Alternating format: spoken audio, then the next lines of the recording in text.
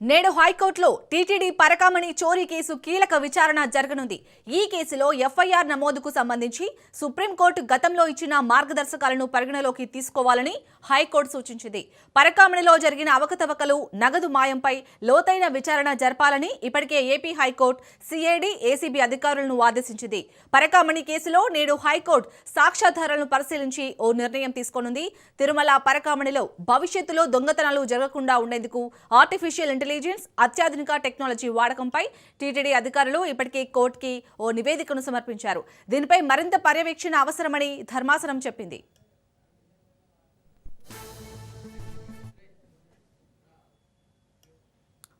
ఈ రోజైతే హైకోర్టులో టీటీడీ పరకామణి చోరీ కేసుకు సంబంధించి అయితే కీలక విచారణ జరగబోతోంది. దీనికి సంబంధించి పూర్తి డీటెయిల్స్ ని మా కరెస్పాండెంట్ సురేష్ అందిస్తారు. సురేష్, రైట్. ఏదైతే తిరుమల శ్రీవారి పరకామణి కేసులో వెంటనే చేపట్టిన సంస్కరణ నివేదికను పరిశీలించిన తర్వాత ఉత్తర్వులు జారీ చేస్తామని ఏపీ హైకోర్టు స్పష్టం చేసింది.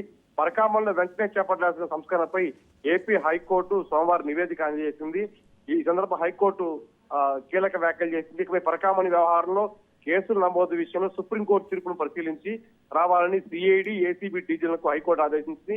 పరకామణి హుండీలో సీలింగు, రవాణా, లెక్కింపు తక్షణం చేపట్టే సంస్కరణపై హైకోర్టుకు తిరుమల తిరుపతి దేవస్థానం అధికారులు నివేదిక అందజేసి ఈ కేసు విచారణ మంగళవారానికి వాయిదా పడింది. అంటే ఇవాళకి వైసీపీ ప్రభుత్వ హయాంలో తిరుమల పరకామణి నగదు చోరీ వ్యవహారం సంబంధించి వీడియోలు వైరల్ అయినాయి.